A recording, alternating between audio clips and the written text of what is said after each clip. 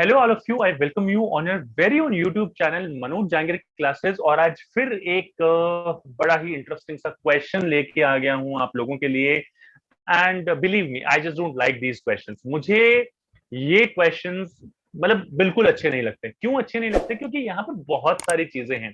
इससे पहले मैं दो क्वेश्चन ऑलरेडी आप लोगों को बता चुका हूँ। एक ये क्वेश्चन है distinguish between current account deficit and trade deficit, जो 3 नंबर का क्वेश्चन है। Value of output and value added में डिफरेंस बताना है, ये 2 नंबर का क्वेश्चन है। कमाल की बात ये है कि जो आप करंट क्वेश्चन देखेंगे, करंट अकाउंट डेफिसिट और करंट अकाउंट सरप्लस में डिफरेंस का, तो आप जब 3 नंबर देखते हैं तो आप सबसे पहले ये आपको लगता है कि भाई यहां पर मुझे कम से कम 3 पॉइंट्स तो लिखने ही लिखने हैं। फिर आप ये ऑलरेडी मैं इस पे वीडियो बना चुका हूं, तो आप ये पढ़ा के सीरीज प्लेलिस्ट में चेक कर सकते हैं। डिस्क्रिप्शन में भी आपको लिंक मिल जाएगा, वहां पर भी आप ये वीडियो चेक कर सकते हैं। तो ये भी 3 नंबर का है, तो आप सबसे पहले ये दिमाग लगाते हैं भाई यहां पर भी 3 पॉइंट लिखते हैं। But surprising thing is that कि आपको 1 पॉइंट से ज्यादा यहाँ पर कुछ मिलता ही नहीं है, दिखता ही नहीं है, पास ही नहीं, दूर दूर तक। तो यहाँ पे लगता है कि भाई इन तरीके के क्वेश्चंस पर वीडियो बनना चाहिए। आप लोगों को इसकी नॉलेज होनी चाहिए। आप लोगों को ये सारी चीजें बतानी चाहिए कि भाई इस तरीके का क्वेश्चन आप लोग एक्सपेक्ट कर सकते हैं सीबीएसई में। और जब इस तरीके का क्वेश्चन आएगा, then how you need to solve this question, that is also very very important. यहाँ पर मुझे लगता है कि सीबीएसई को कहीं ना कहीं कितने पॉइंट्स रिक्वायर्ड हैं, और वो पॉइंट्स यहाँ पर जरूर लिखने चाहिए जो यहाँ पर लिखे हुए नहीं होते। और उसकी वजह से समटाइम्स इट हैपेंस कि बच्चा काफी टाइम सोचने में लगा देता है, समझने में लगा देता है, और बाद में पता लगता है कि ये चीज तो खैर होनी ही नहीं थी या आनी ही नहीं थी। तो इस तरीके की चीजें ना हो, आप ऐसी गलती ना करें, इसलिए ये वीडियो लेके आया हूं। बड़ी मेहनत से बनाया है, तो लाइक शेयर और सब्सक्राइब जरूर कर दीजिएगा, ये किए बिना मत जाइएगा। ठीक है, चलिए शुरू करते हैं। क्या करना था यहाँ पर इस क्वेश्चन में? करंट अकाउंट डेफिसिट क्या होता है? करंट अकाउंट डेफिसिट, डेफिसिट का मतलब होता है भाई कि सिंपली एक्सपोर्ट जब आपका कम होता है, और इंपोर्ट, एम यानी इंपोर्ट, इंपोर्ट को एम से डिनोट करते हैं। इतना सब कुछ पढ़ चुके होंगे आप, अभी तक आप लोगों को पता होंगी ये चीजें। So when import of goods and services, unilateral transfers से जो भी इनकम आती है, ये जब ज्यादा हो एक्सपोर्ट से, मैं अगर कुछ गड़बड़ कर गया हूं भावनाओं में बहकर तो मुझे माफ कीजिएगा।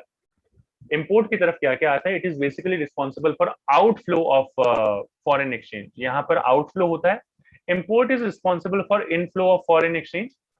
तो जब आउटफ्लो ज्यादा हो, इनफ्लो कम हो, on account of goods and services, जिसको विजिबल इनविजिबल आइटम्स बोलते हैं, unilateral transfers, income receipts and payments, तो उसको आप करंट अकाउंट डेफिसिट बोलते हैं। करंट अकाउंट सरप्लस क्या होता है? बिल्कुल इसका उल्टा, यानी कि एक्सपोर्ट जब ज्यादा होता है और इंपोर्ट कम होता है, यानी कि जब इनफ्लो ज्यादा होता है। अब ये सिंपल सी बात है जो डिफरेंस की यहाँ पर हो सकती है।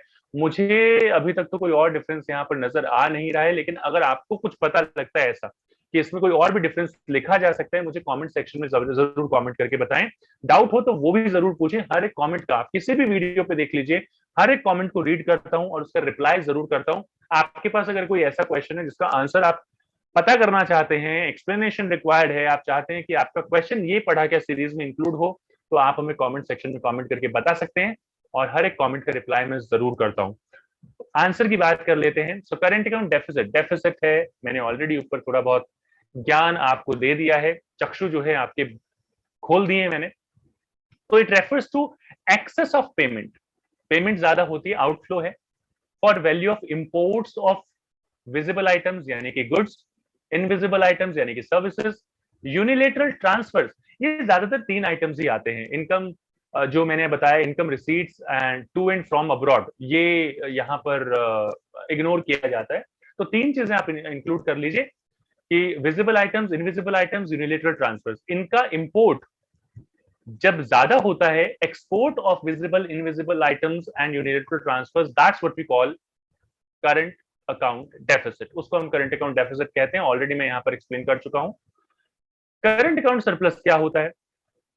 It refers to the excess of receipts. अब यहाँ पर रिसीट्स ज्यादा है, यानी कि इनफ्लो, ऊपर बता चुका हूं मैं कि क्या चीजें होती है क्या नहीं होती। Inflow of forex, foreign exchange, पैसा जब आता है हमारे पास, रेस्ट ऑफ द वर्ड से, from value of exports of visible items, invisible items and unilateral transfers over payments for value of imports of visible items, invisible items and unilateral transfer। ये 3 चीजें आप जरूर लें।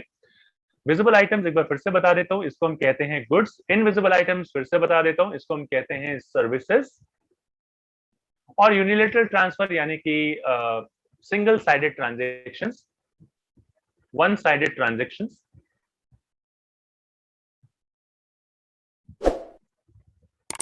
ट्रांजेक्शंस आप लिख सकते हैं। तो यहां पर सिर्फ एक पॉइंट यहां पर बताया जिसको आपको डेढ़ नंबर दिया गया था सीबीएसई की तरफ से, और डेढ़ नंबर यहां दिया गया था। मुझे नहीं मालूम क्या सोचकर ये क्वेश्चन बनाया, या तो इस क्वेश्चन को 2 मार्क्स की कैटेगरी में आना चाहिए, या इस क्वेश्चन को 1 मार्क की कैटेगरी में आना चाहिए, ताकि बच्चों को, इवन आप ये कहेंगे कि इतना बड़ा आंसर है 1 मार्क में कैसे आएगा। बट मेरे ख्याल से ये गाइडलाइन बिल्कुल क्लियर होनी चाहिए कि 1, जैसे मैंने यहाँ पर दिया है, मैंने यहाँ पर एक्सप्लेन किया, तो ये लूप होल मुझे पिछले साल के पेपर में नजर आया, जो मैं अभी आप लोगों के साथ डिस्कस कर रहा हूँ। इस तरीके से 1.5 प्लस 1.53 करके दिखा दीजिए, बच्चे को समझ में आ जाएगा कि भाई एक पॉइंट मैंने इसका लिखना है, एक पॉइंट इसका लिखना है, और डिफरेंस क्लियर हो गया। इसके साथ आप ये भी बता सकते हैं कि कोई एक पॉइंट लिख दीजिए, you will be given 3 marks. But I don't know क्या मेंटालिटी के साथ किस तरीके से ये सारी चीजें दी थी, बट मैंने आपको बता दिया है कि क्या सारी चीजें होती हैं। अगर आप डेफिसिट की बात करते हैं तो it is the excess of payment over the receipts of payment, over the receipts तक आप इंक्लूड करें, यहां तक आप इंक्लूड करें। और यहां पर it is the excess of surplus है, so excess of receipts over payments, जो आप पेमेंट देते हैं। तो यहाँ पर ये मैं ऑलरेडी सारी चीजें आपको तरीके से एक्सप्लेन करके बता चुका हूँ। E for exports, E for export, M for import. तो इनफ्लो और आउटफ्लो क्या होता है, ये सारी चीजें आप जरूर पढ़िए। कहाँ आती हैं चीजें, किस साइड आती हैं, ये भी जरूर पढ़िए। इसके ऊपर भी ये जो चैप्टर है बैलेंस ऑफ पेमेंट, इसके रिगार्डिंग क्वेश्चंस पूछे गए हैं 1 मार्कर में। तो this is all about this chapter. बाकी इसी तरीके के और भी सीरीज में आप लोगों के लिए बड़े इंटरेस्टिंग क्वेश्चंस लेके आ रहा हूँ। तो आपके प्यार और सपोर्ट की बहुत ज्यादा जरूरत है। यहाँ पर चैनल को लाइक जरूर करें, दोस्तों के साथ इस वीडियो को शेयर जरूर करें, हो सके तो फेसबुक या व्हाट्सएप पर 24 आवर्स के लिए अपनी स्टोरी डाल लीजिए। इंस्टाग्राम पर, स्नैपचैट, जहां पर भी आप फॉलो करते हैं, it will support us, and that is the only source of motivation जो हमें इस तरीके के और भी वीडियोस आप लोगों तक लाने के लिए मोटिवेट करता है।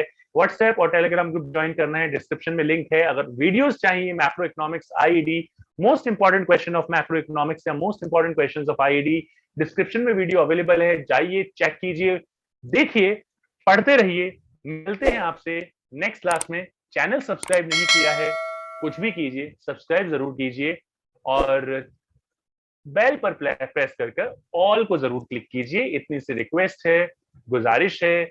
मिलते हैं आपसे नेक्स्ट वीडियो में। Till then, take care, keep smiling, and see you in my next video. Thank you all of you.